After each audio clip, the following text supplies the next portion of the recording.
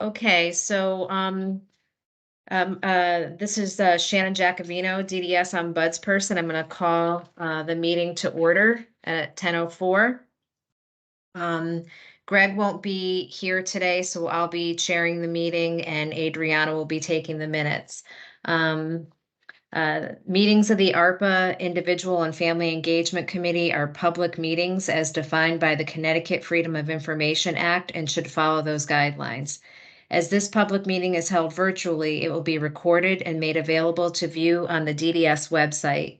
Committee members must make a good faith effort to state their name and title, if applicable, each time they speak during the meeting. If a committee member would like to speak, please raise your hand and I will acknowledge you. There is no public comment portion to this meeting. Members of the public are able to join, watch, and listen only. All right. So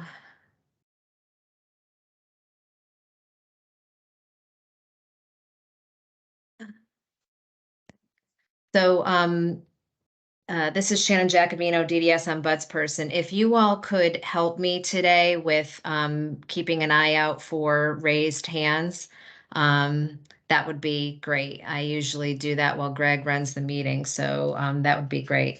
So the second thing on our agenda is to review the meeting, the minutes from our last meeting. Do I have a motion to approve the minutes? Denise Palladino, motion to approve. A second? Jessica Sundell, Supervisor of Case Management. I second that. Is there any discussion? So now this level recording, I think we're all approving. So if there's no discussion, can all those in favor say aye? Aye. Aye. Any opposed? Any abstentions? Okay, the minutes from our last meeting are approved. The next item on our agenda is we have McDowell. Maura Fitzgerald is here today and she's going to give us some updates. She's going to review the ARPA communication plan and the DDS newsletter. Hey, Maura. Hi, everyone. It's Maura Fitzgerald from McDowell Communications. I have several things to go over with you guys, so I'll try to move relatively quickly, but please, if you have any questions, let me know. The first thing I wanted to go over with you all, I don't believe we discussed the survey results from the individuals and families survey that we had sent out back in January. And again, just as a reminder, this survey was sent out along with a companion survey that went to DDS staff. And this survey is essentially to set a baseline for where people's kind of attitudes and knowledge of the transformation are at this point in time. And then in a year, in January of next year, the same people who were surveyed in this past January will be surveyed again with, roughly the same exact questions that they were asked in the first survey. And that will help us to see how over the course of this next year, our communications help to move attitudes and opinions towards the transformation plan. So with that in mind, I'll share my screen. Can you all see that? Okay, so the survey was mailed out to over 9,100 individuals and guardians. A total of a little over 1,300 people responded through the mail, and then another 350 or so responded through online. And really my kind of theme of all of the responses to this is opportunity. So as you can see, the answer to have you heard or read anything previously on the Moving On plan, 88% of people said they hadn't heard or read anything, and only 12% had, which to me as a communications person is great, because it means that we have plenty of opportunity to introduce the transformation to individuals and families and kind of get them on board. Just gonna figure out, there it is. So with knowing that so many people haven't heard anything about it, we then asked, how people felt about this plan and providing more technologies and supports. So you can see that 46% of people said they like it very much. 33% weren't sure, which makes sense considering the amount of people who didn't know very much about it. And only 6% said that they didn't like it. So this kind of shows that there's like a natural affinity toward the idea of transformation and moving towards more independence. And then this is the attitudes, how people felt about the plan and how they would benefit from getting supports and technologies to help them live a little more on their own. So 23% weren't sure if they would benefit. 51% said that they would benefit either a lot or some, and 26% felt that they wouldn't benefit too much or not at all. So again, a lot of room to move and change attitudes there, but also a good number of people that already feel positively towards what's coming ahead.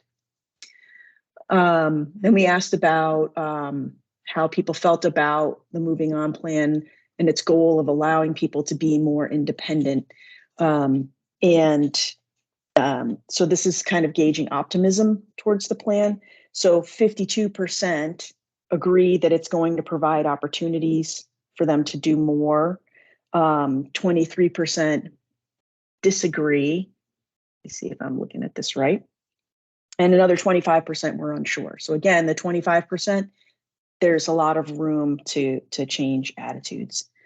I think I'm sorry, I'm looking at the right one. Nope, sorry, I skipped ahead. I apologize. We also asked some kind of more open-ended type questions. So we asked about whether people were optimistic about the plan. As I said, 52% agreed that it would provide them with more opportunities, and 25% were unsure. There was a kind of a hefty dose of skepticism towards the plan. 31% felt that it might be bad for them personally, which is a little bit troubling. 36% were unsure, and 33% disagreed that it would be bad for them. So they felt it would be good for them. Then we go on to this slide. So asking about the independence issue. Yep. Maura, this is Shannon Jacobino, DDS ombudsperson. I see that there's a hand raised. So Joanne, did you want to say something before we move to the next slide? Sorry, Maura.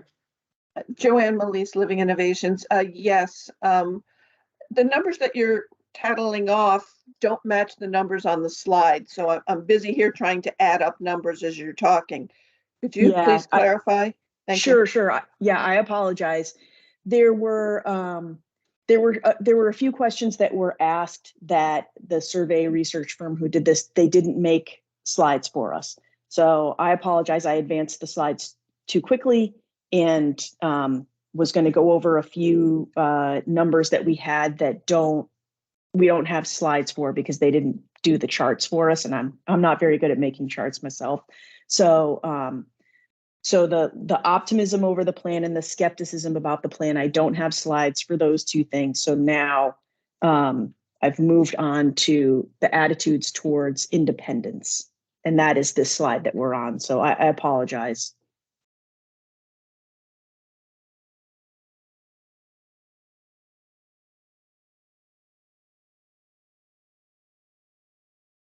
Shannon, I see that Adriana has hers. Yeah, this is Shannon Jacobino, DDS ombudsperson. I see that Adriana has her hand raised. Hi, good morning, Adriana Ramirez, relative and also work with Connecticut Family Support Network. Maura, can you repeat, because that was confusing, can you repeat the numbers from the slides you don't have? Yep, so the first slide that I do not have, the question was about optimism about the plan. Were people optimistic that having this plan would benefit them in their lives? So 52% of the respondents agreed that the plan is going to provide opportunities for quote, for me to do more for myself. And 23% disagreed with that. So they didn't think that it was going to provide opportunities for them to do more for themselves. And another 25% were unsure about that. Then we asked a question about, to kind of gauge skepticism, to see how skeptical people were of the plan. So we asked, the question was something along the lines of, do you think that this plan will be bad for you personally? And so 31% felt that that the plan could be bad for them. 36% were not sure about that. And 33% disagreed that it would be bad for them. So they think that this will be good for them. So kind of in thirds, a third think it could be bad for them, a third aren't sure, and a third don't think that it will be bad for them.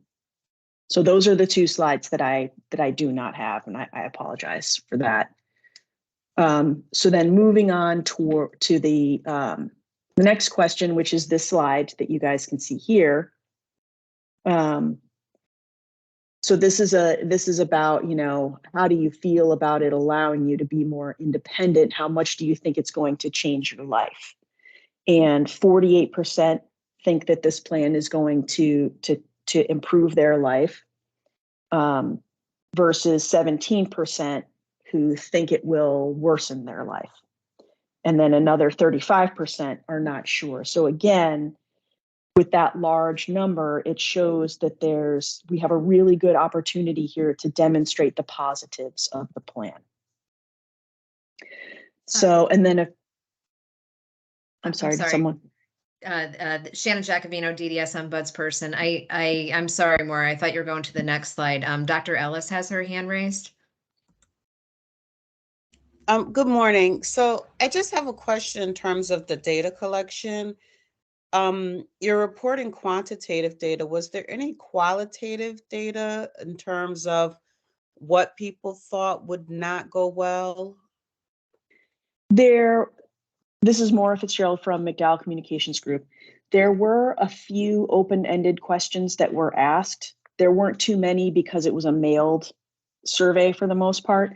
So I don't have an analysis of those open-ended questions, but I have the open-ended responses, and I've sent those over to DDS, and I'm happy to share them with the members of this group. They're basically in a spreadsheet, so you can. I just haven't had time to do it myself, but if someone had the time, they could take the open-ended questions and you could filter them.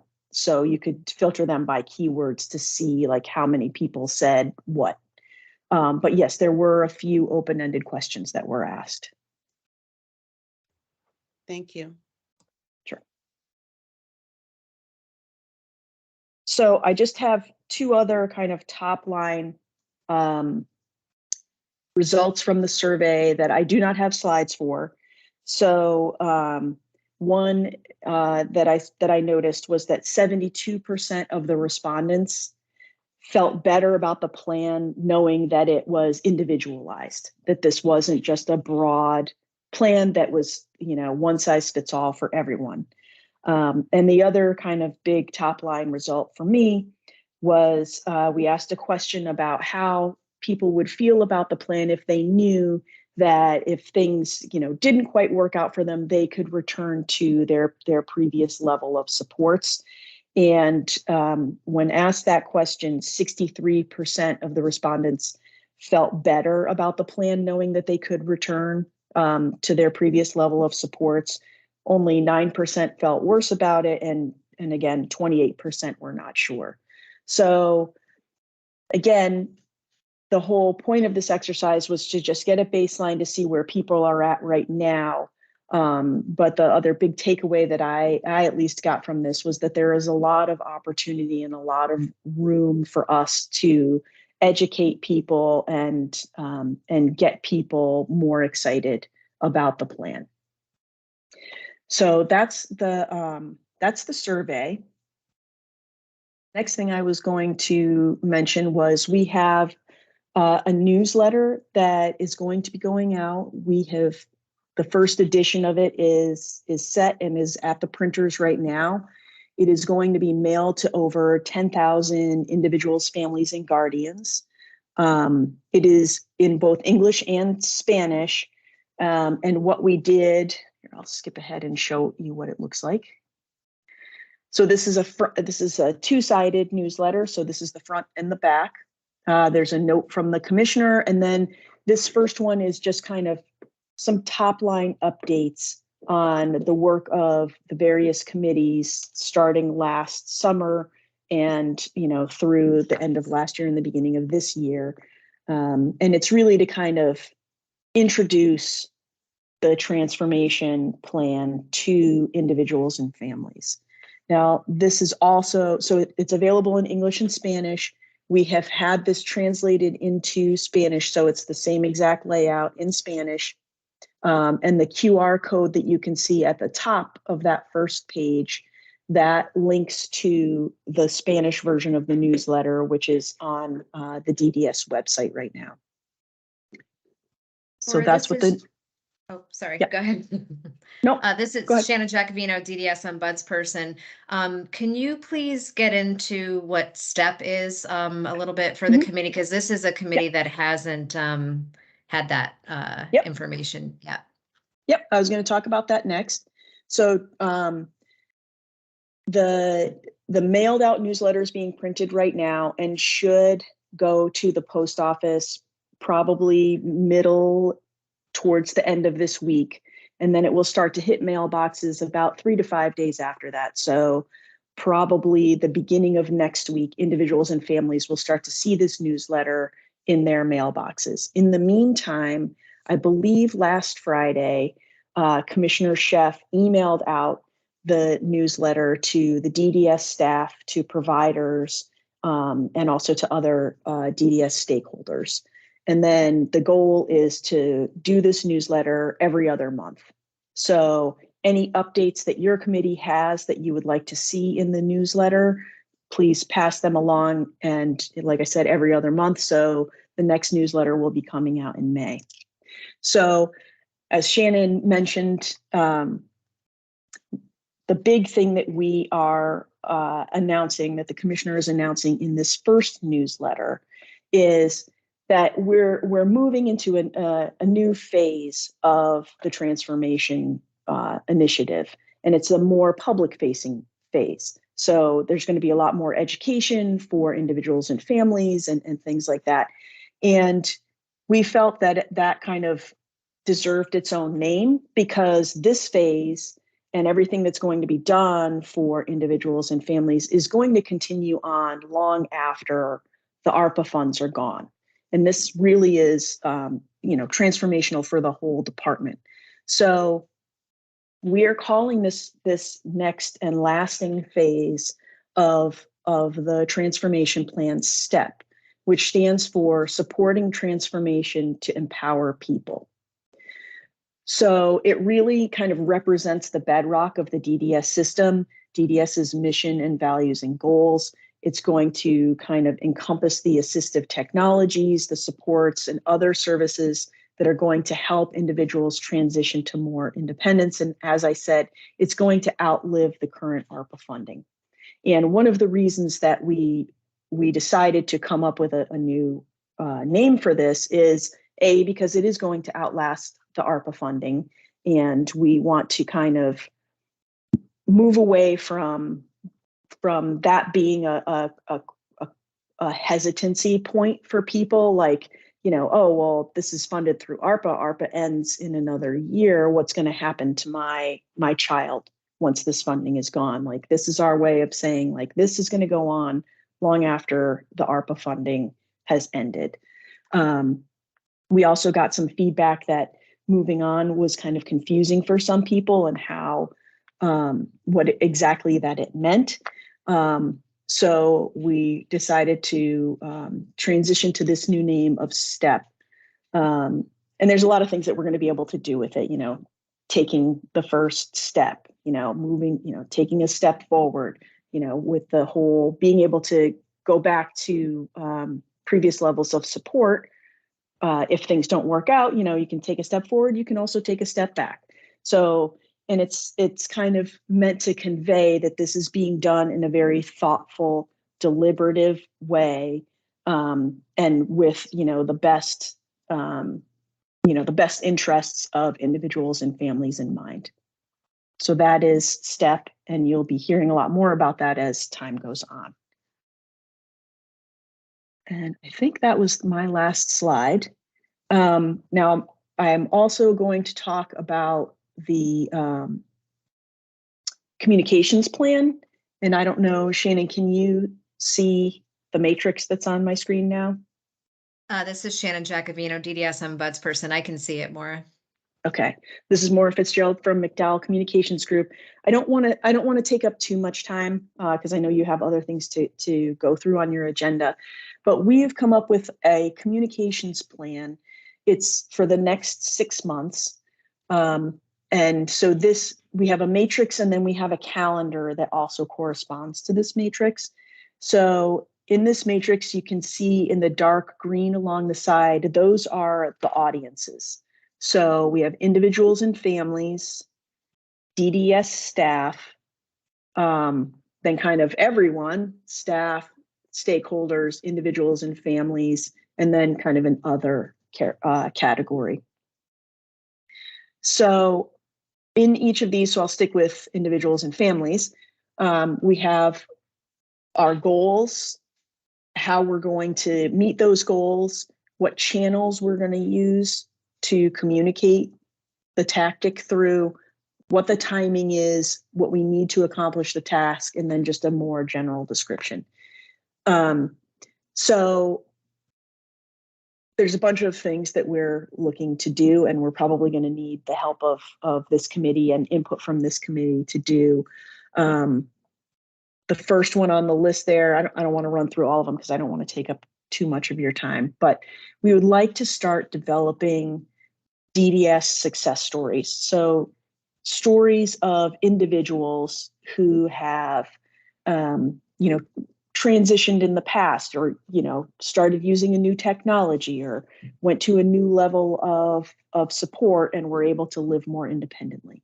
So our thought was that we would start with the SACs, that they would be a good place to start, the self-advocate coordinators, and then move along from there. So if any of you all on the committee have know of an individual that we could talk to or that we could feature, we would write up like a short story for each of them, and then those would be given mainly. It would be on the web page. We could send them out via email. We could send them out via social media. But most importantly, we would get them in the hands of the caseworkers, so that as the caseworkers are talking to the individuals that they are supporting, our goal is to help people envision these things for themselves. So this would be a way for a caseworker to say, if someone was kind of like, I don't know if this is for me, they could say, hey, well, look at Sherry S here. She's kind of in a similar situation as you. She was able to use it, and this is what this is how it's kind of made a difference in her life. So that's just one of the many things that we are looking to do in the next 6 months. And our goal, is to work a month ahead with you all. So I'm not quite sure, Shannon, do you guys have another meeting scheduled for the month of March?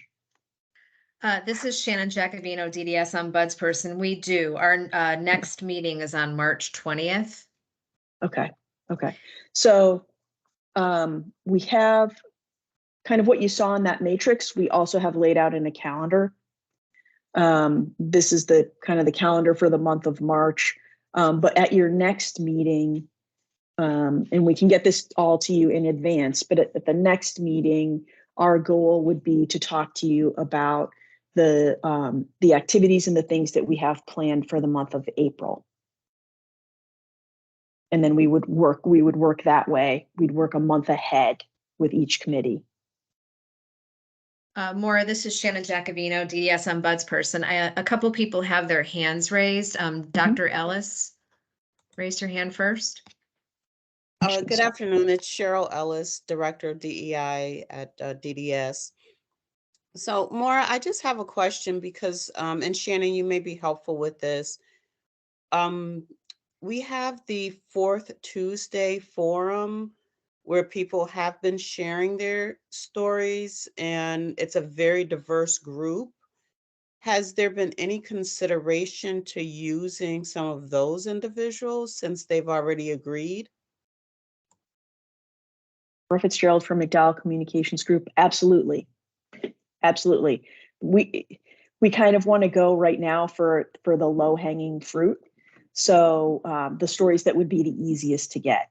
So that's a great suggestion, Dr. Ellis. And that's probably between that and the self-advocate coordinators, that's probably the first two places that we would go to. And really what we want to try and do is just build up a library of these stories. So it's not like we're aiming for, 2 to 3 a month. Like we want to start talking to these people and building up these stories so that we have them all and can kind of send them out as needed, but have them so that the case managers would have access to all of them so they can pick what they need to use. But yeah, the Fourth Tuesday Forum people are probably a great place to start. So we'll definitely do that. Thank you. This is Shannon Jacobino, DDS Ombudsperson. Lena has her hand raised. Yes, good morning, everybody. I'm Lena Escobedo from Connecticut Family Support Network. My question is that I was going to have some stipend for the family or the individuals. That's one of the questions. And the other question is that if we are going to have some Spanish-speaking families too for these interviews for the DDS and the people with deaf and hard hearing too. Thank you. This is Maura Fitzgerald from McDowell Communications Group. I didn't quite hear your questions. I'm sorry.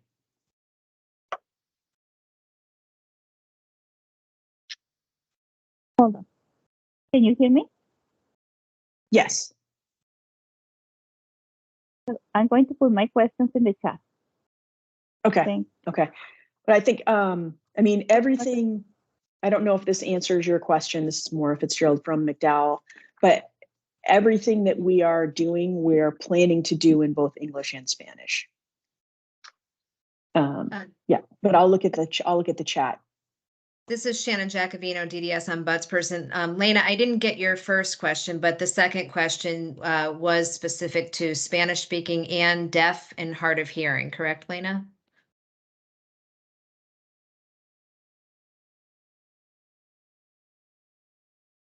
This is Shannon Jacobino, DDS Ombudsperson. You have to unmute, Lena.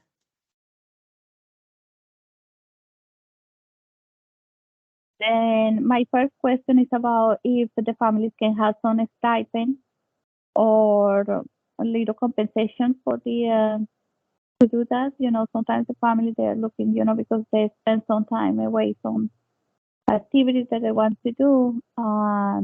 That's my first question. And the second, they already say that yes, they are going to have the Spanish-speaking people or individuals there, but I want to be sure that the individuals with deaf and hard hearing, they are going to be included too.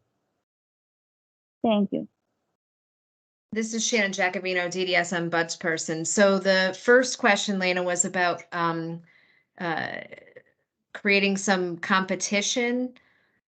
And can you explain specifically what you mean when you say that? This is Maura Fitzgerald from McDowell Communications Group. I think what Lena was asking was if there would be some sort of compensation for families who do that. And I think that's probably a question for the DDS leadership and the ARPA leadership. I can't. that's above my pay grade to answer that question. So we would have to, I think, take that to the ARPA leadership.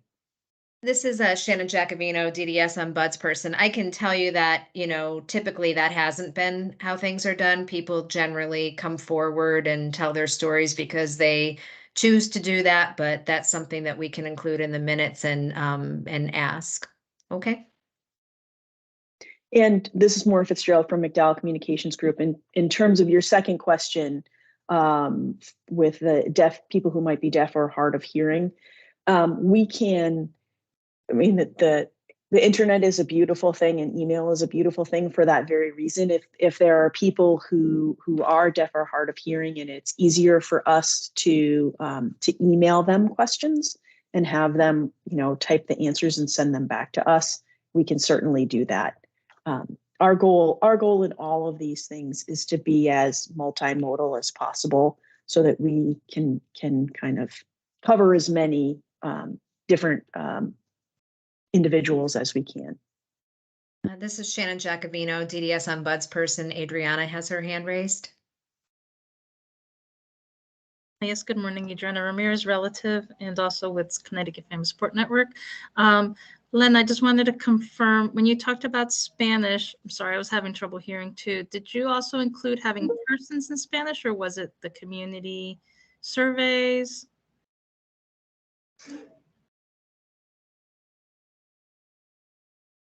Yes, Lena Esposito with Connecticut Family Support Network. Yes. No, for how the surveys and how the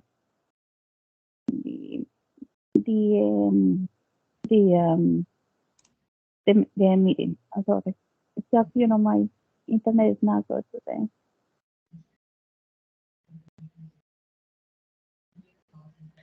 This is Shannon Giacovino, DDS ombudsperson. Lena, maybe you could answer Adriana's question in the chat.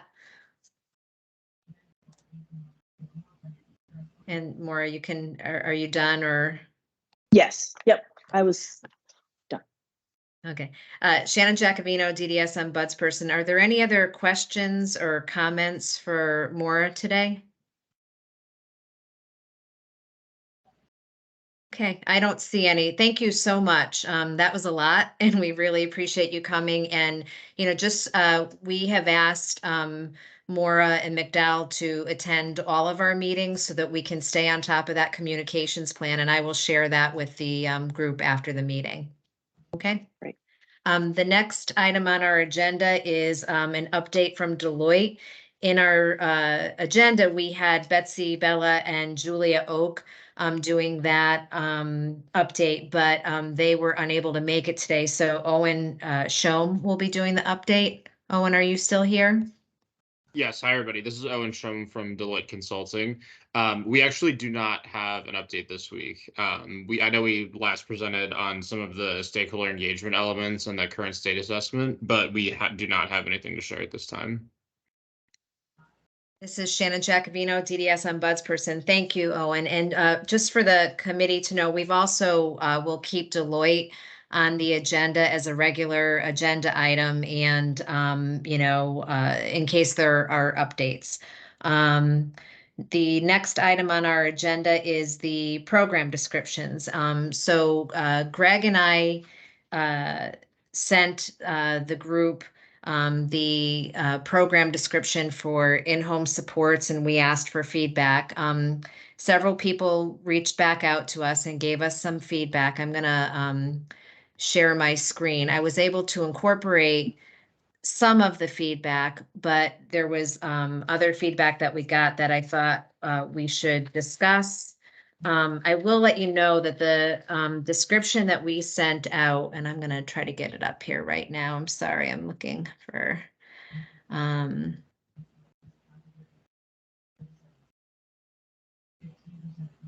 you all see that? Yes. Okay.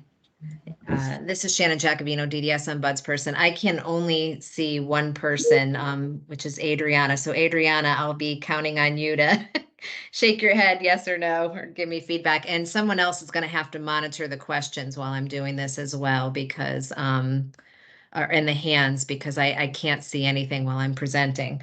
So this is the description that we sent out with some of the feedback that we got from Joanne and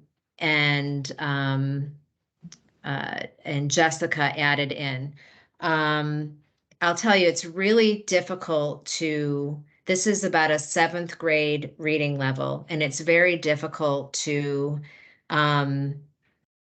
do what I think what we would like to do, which is to really kind of make it as simple as possible. And so any suggestions people have as far as that would be helpful. And looking online, what I read is shorter sentences, bullet points, breaking the information up, kind of chunking the information. And so we tried to do that. When Jessica reached out, some of the things that she questioned, and Jessica, I don't know if you want to jump in and talk about some of your thoughts about adding specifics around the types of supports. Did you want to address your own comment or your own feedback? Hi, Jessica Sundell, Supervisor of Case Management for DDS.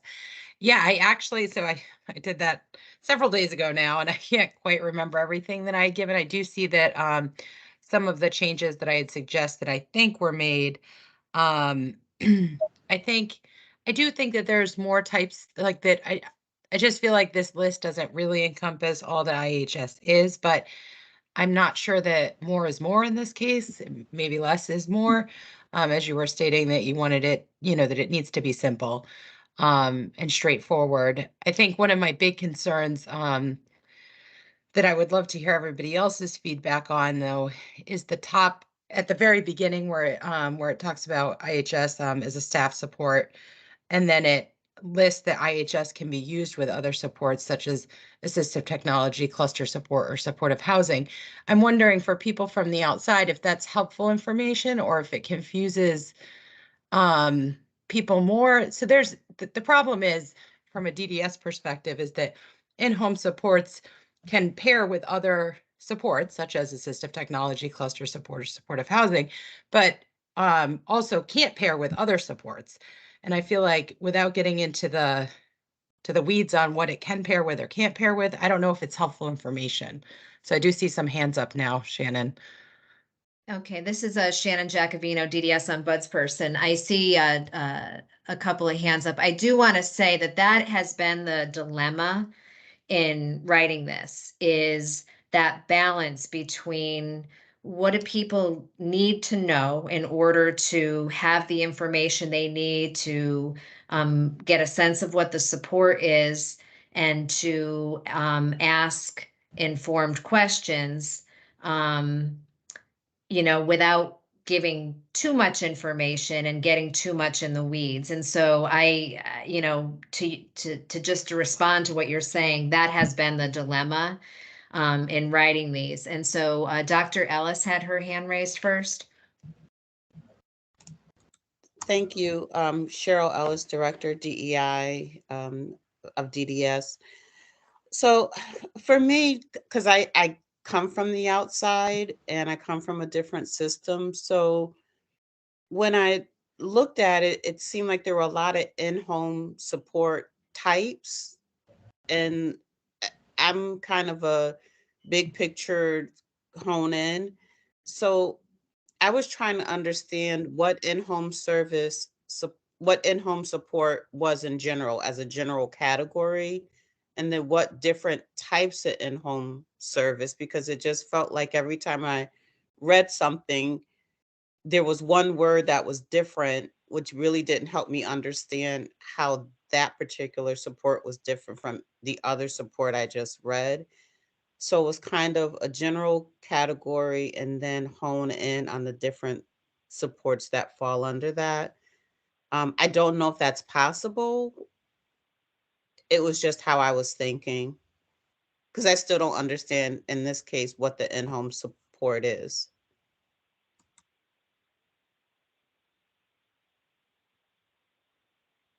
This is Shannon Jacobino, DDS on Bud's person. I'm sorry, I'm not sure that I understand. Okay. This is Shannon Jacobino, DDS on Bud's person. Adriana has her hand raised, so maybe she can help clarify. I just realized I was unmuted. Sorry. Adriana Ramirez, a relative Connecticut Family Support Network. I think what I'm understanding from Dr. Ellis is what I added to it, which I added late. So I added under types of support, various categories that I found from Minnesota, which categorized, I think one was community. Oh, I don't have it up. Sorry. Hold on. Do I have it up? No, I don't have it up. But it's what you were saying, Dr. Ellis. One was adaptive. One was, oh, I'm just blanking out. Hold on. I have it up. Okay, so one was community participation. That was a category. Another category was health, safety, and wellness. Another category was household management. And another category was adaptive skills. And then under those categories, it gave examples such as under community participation, it may include things such as interpersonal communication skills. Another one is finding community activities to participate in. Another one could be skill building to meet transportation needs. Things under health, safety, and wellness were things like cueing guidance for instructional support to complete self-care, collaborating, helping with physical, mental, chemical meetings, appointments, or meaningful activities. Under household, they were talking about training, assistance, support, and then under that, they listed things as far as budgeting, assistance to manage money. Another one was cooking, meal planning. Another one was healthy lifestyle practice, and so on. And then under adaptive skills, things like crisis prevention skills, problem solving, support strategies for self-sufficiency. Now, I just took those from Minnesota. Just to spark ideas, not necessarily to put it exactly as they wrote it, to maybe use it as simpler language, but I did like the fact that they chunked categories to help visualize versus listing independent tasks, because it's kind of confusing. And I agree with Jessica at the top that it is confusing. We shouldn't, but that's just me. It's, if we're defining it, we're just defining it. We're not talking about how it could be put together with something else. It's just only talking about in-home supports, and then having a different area where you can see how you can interchange them or something like that. But it's like, stick to the one support that we're talking about and not bring up others. Thank you. This is Shannon Jacobino, DDS on Bud's person. Dr. Ellis, I'd love to hear your thoughts about what Adriana had to say. I think it's helpful that, you're kind of looking at this from the perspective of somebody who is brand new to this system and trying to sort of understand this. And so I'm curious to hear your thoughts about that. Yes, it was very similar to Cheryl Ellis, Director DEI at DDS. It's very similar to what Adriana was describing in terms of broader categories, and then how the individual supports fit into that. So I think I sent an email, Shannon, a while back. I'm not able to pull it up, but it was very similar, like community supports, defining community supports, and then based on what we have, what would go under that, and how they differ from each other versus individual CCH or ICF, and then describing those individually. Because when I think of in-home support, it's someone going into the home for, to build skills, to do, different activities in the home. But then when I look at this says it also has cluster support, which I'm not sure what cluster support is. And it's supportive housing. So is that different? Like, are you in housing that has some different support? It's a lot of information without a clear definition. So it's kind of broader categories that hone in on more of the specifics of our services, if that helps. It does. So this is Shannon Giacovino, DDS ombudsperson. So the purpose, I mean, the supports that you are asking about, cluster supports and supported housing, are also supports that will have service definitions.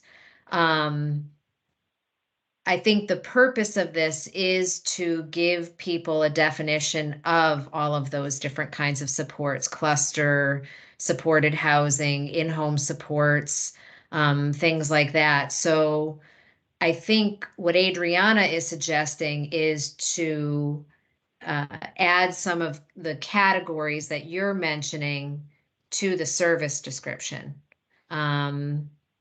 I see Jerry has her hand raised, but I'm going to let Adriana go first just to finish this thought, and then go to you, Jerry, if that's okay.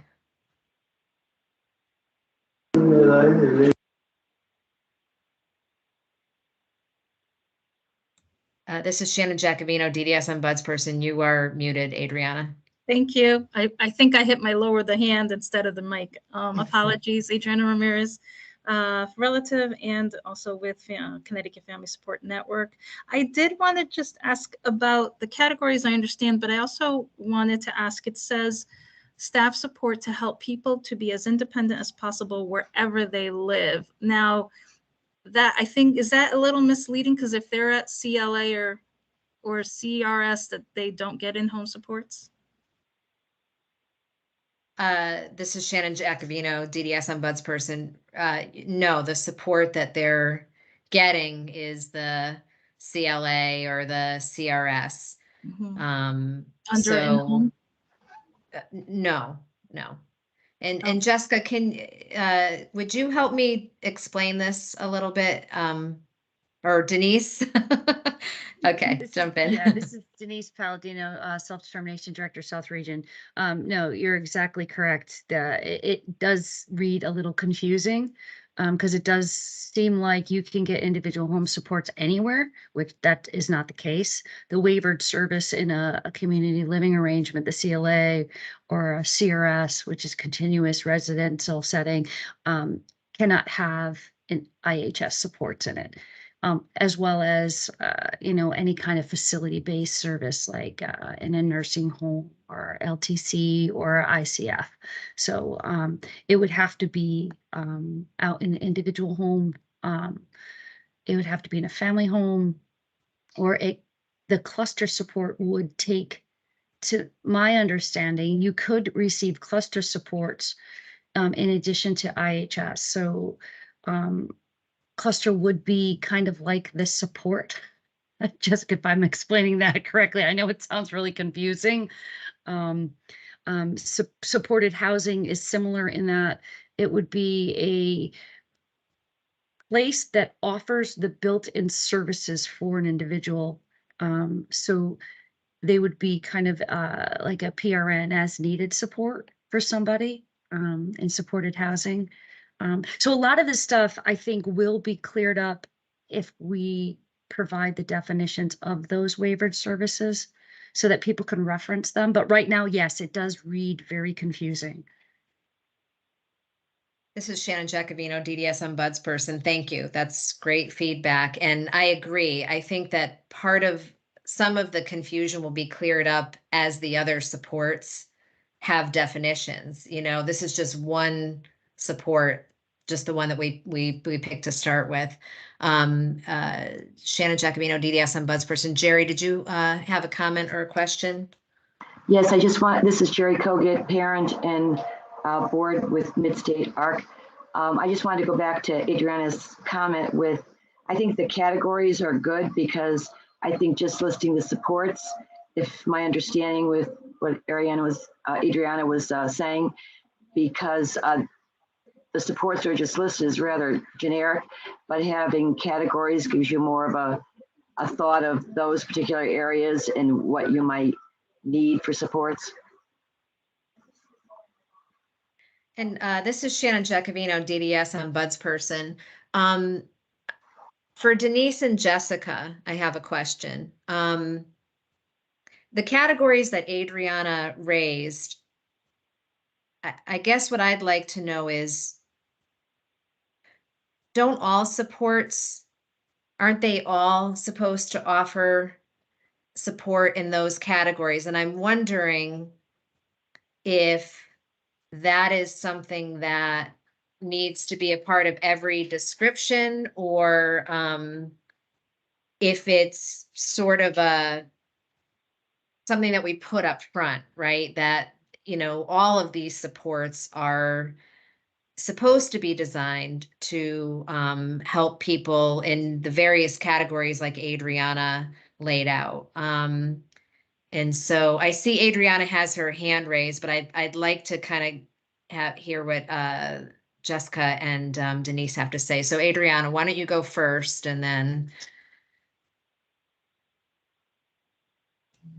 Adriana Ramirez, relative with Connecticut Family Support Network. No, I was just agreeing that I like that idea that the categories, because just like the self-determination, self-direction, everyone's self-determined and self-directed is like a different setting because you change your things. So that's a great idea for the categories, and using the categories and using and then underneath listing examples might help maybe differentiate how the supports could be different.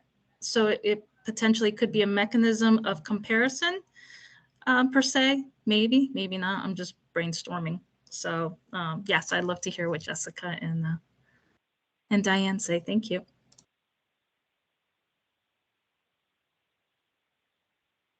This is Shannon Jacobino, DDS ombudsperson.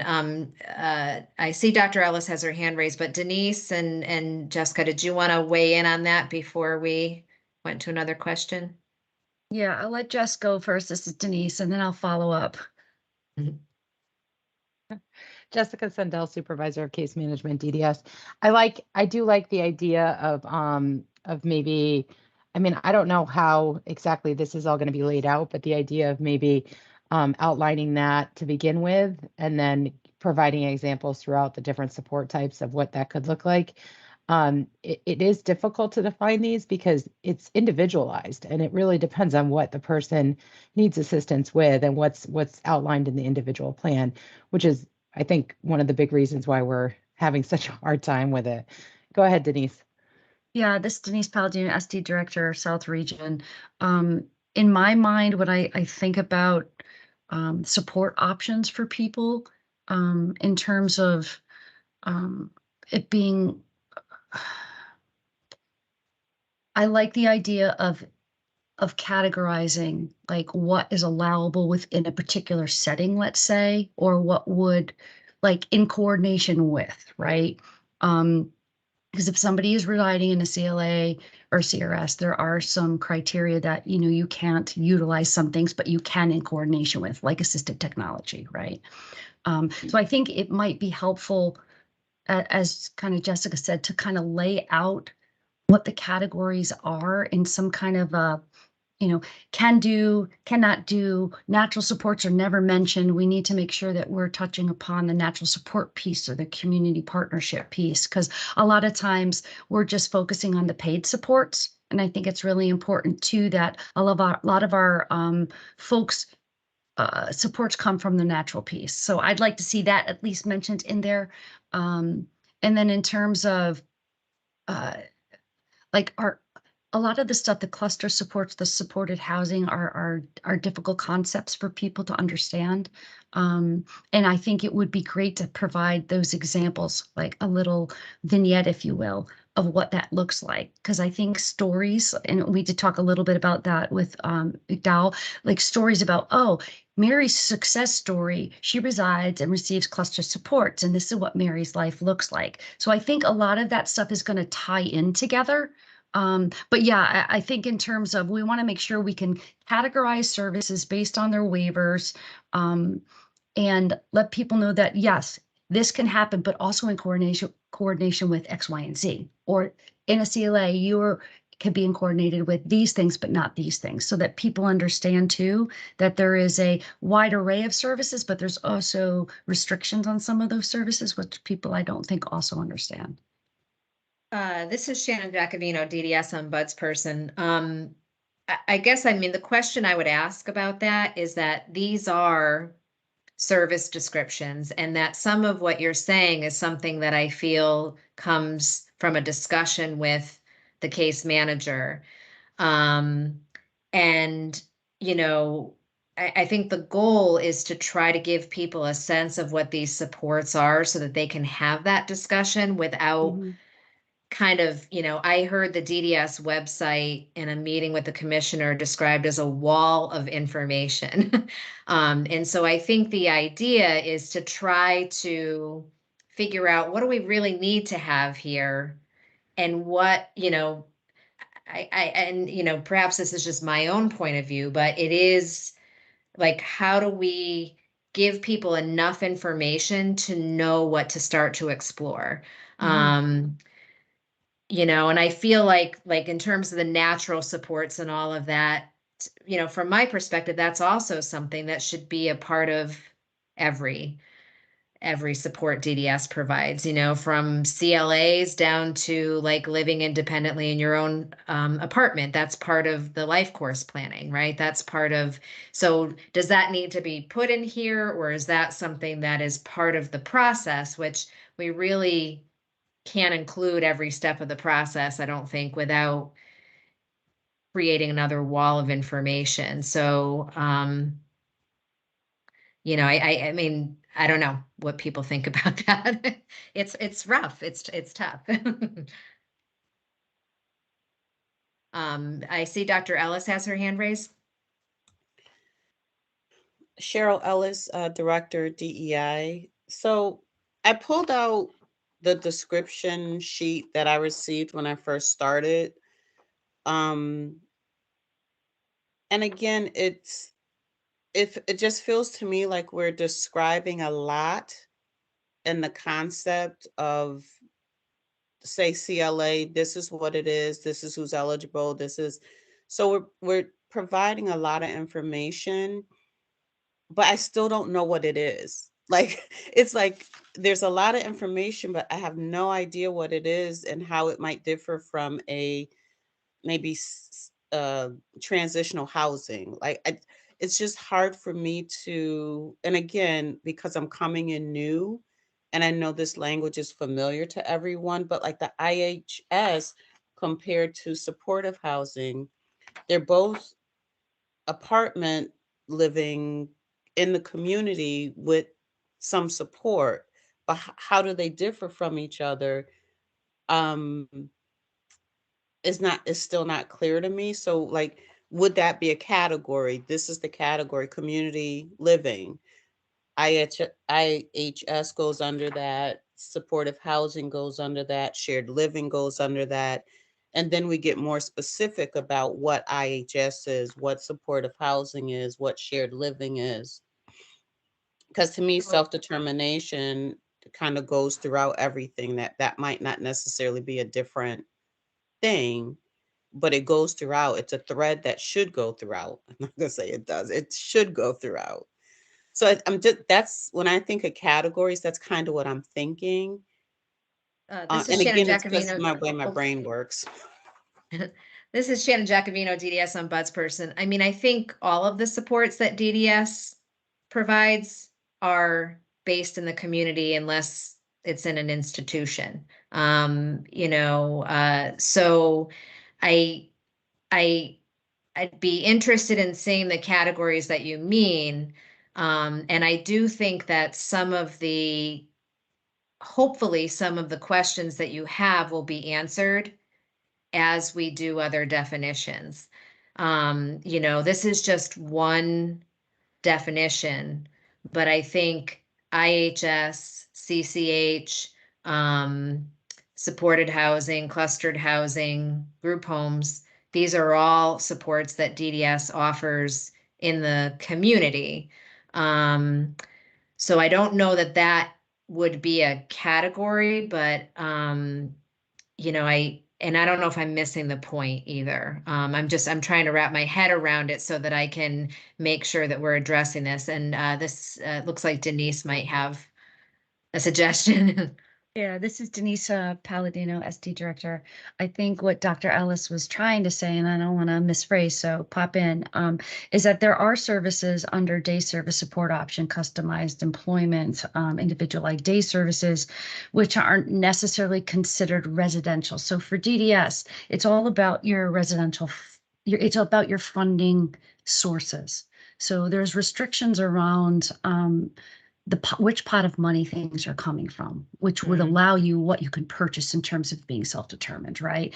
So what Dr. Ellis, I think, is saying is that these are like a residential type services that you can receive, and this is what your res funding can purchase for you. So that would be kind of like a category, right? Individualized day and employment services would be under a different pot. So maybe getting folks to understand it's not limitless. There are some limits too but you have to kind of put them in their places. Maybe that's what you were talking. All right, great. This is Shannon Jacobino, DDS ombudsperson. Does that get to it? Okay. Excellent. Good. Okay. Dr. Ellis, you still have your hand raised. Did you? Okay. Okay. And then Adriana?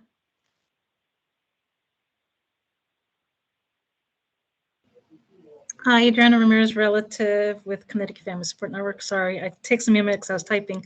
I agree with Dr. Ellis too as well, because I think that would be the idea for the workflow, to help people understand, because there's mainly two budgets. You've got day and residential, and that's confusing because if you talk about supports before you talk about where these things live and where you can access them.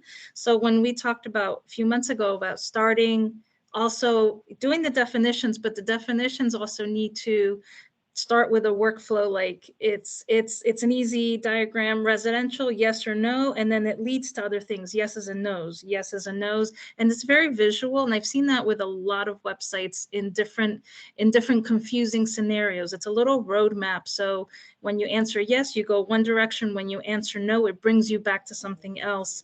And I think that'll help others to know where they're looking at, and then go look up that particular service because it's within the plan that they want to create.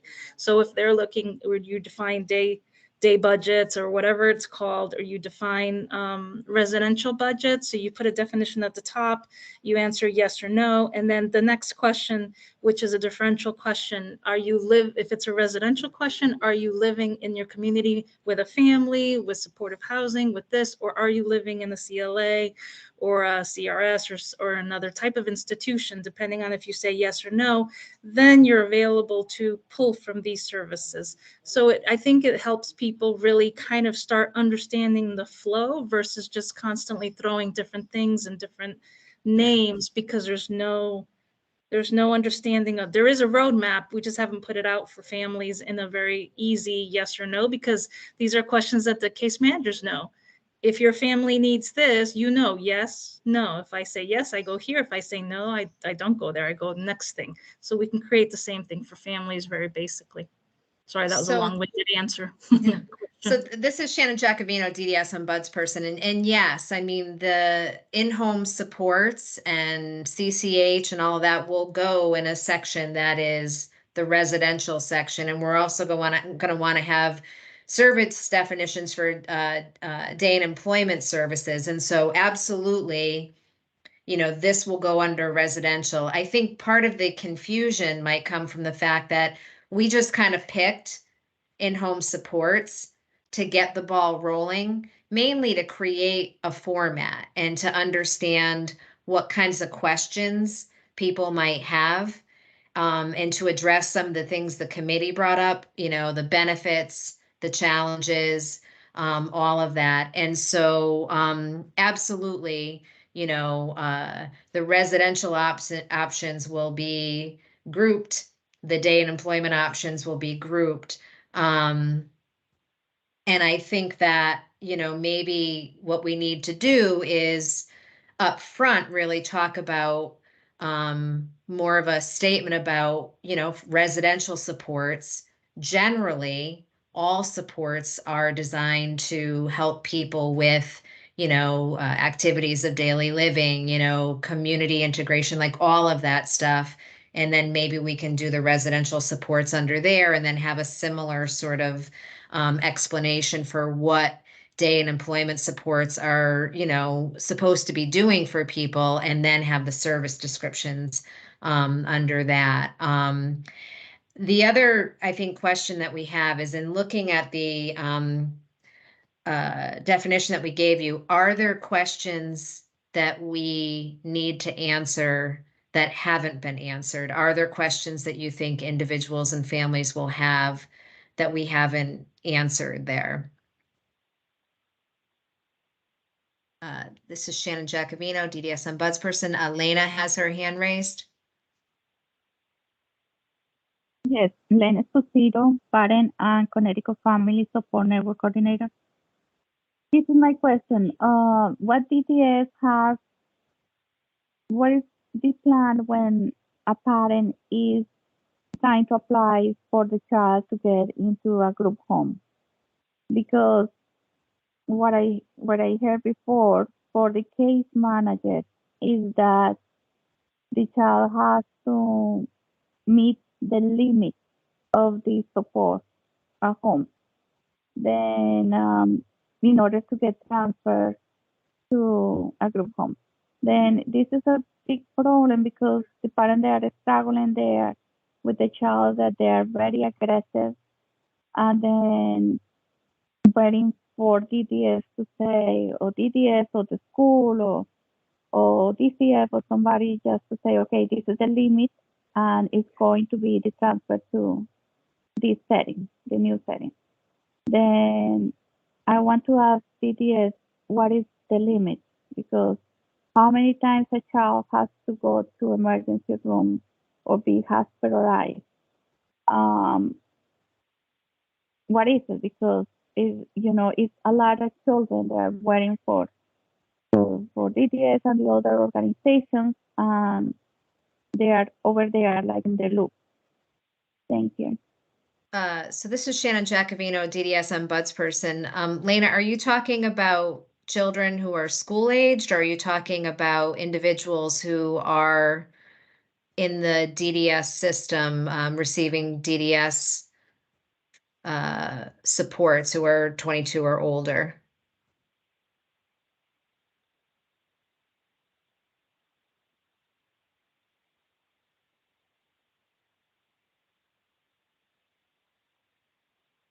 Well, no, I'm talking about the group home.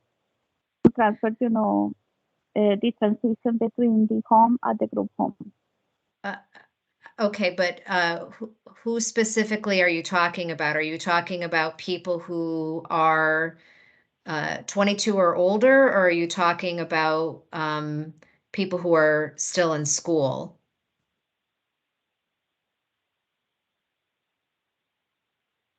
Hi. Len Esposito, Connecticut Family Support Network. I'm sorry, my connection is not doing good. I can hear you. I guess maybe what I'm thinking is that I'm not sure this relates to the service description conversation, but maybe after the meeting, you and I can talk, and if there are questions about because things are different for people who are in school than they are for people who are in adult services. And so maybe you and I can connect afterwards. And if I can't answer your questions, then I can connect you with somebody within DDS, because that's important information for the people that you're supporting at the Connecticut Family Support Network. I see Adriana has her hand raised. Adriana Ramirez, relative and with Connecticut Family Support Network. No, I was just circling back to the idea of I think it was Denise that might have mentioned it. And then talking with what Dr. Ella saying, maybe at the top of the definition of each service, I don't remember what it said, but instead of talking so much about it can be included in this type of residential, just defining that this is part of a residential budget a day, or defining it and separating it within the definition that this is a residential, however the actual verbiage is. Just as if we're talking about employment, that's part of day So that way, as people reading definitions too, their minds are already separating things into different buckets as well. And it will help them in the definition to say, okay, these all say they go with residential. So these are all kind of naturally chunked. These are all saying they're defined and they are part of day or the different buckets. So besides the workflow within the definitions, just at the top, I think will help parents, just their brains get used to the two different types of, and have better conversations with their case managers and kind of start having that that flow in their knowing where everything kind of belongs. Is there any other feedback or discussion about the service definition? Okay, I'm going to move on then. The next item on our agenda is topics for future meetings. Does anybody have anything they'd like to discuss?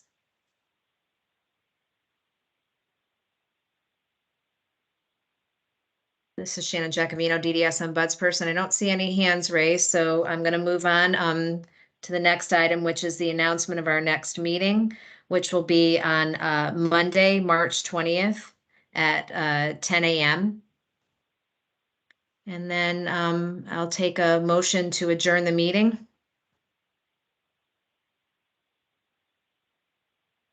Jessica Sundell, Supervisor of Case Management, DDS. I motion to adjourn. Joanne Melise, Living Innovations, I second. Okay, all in favor, say aye. Aye. Aye. Aye. Opposed? Abstentions? No, have a great week. Bye, everyone. We'll see you next meeting. Bye. Take care. Bye, everyone. Thank you. Aye, Thank you. Thank you. Bye.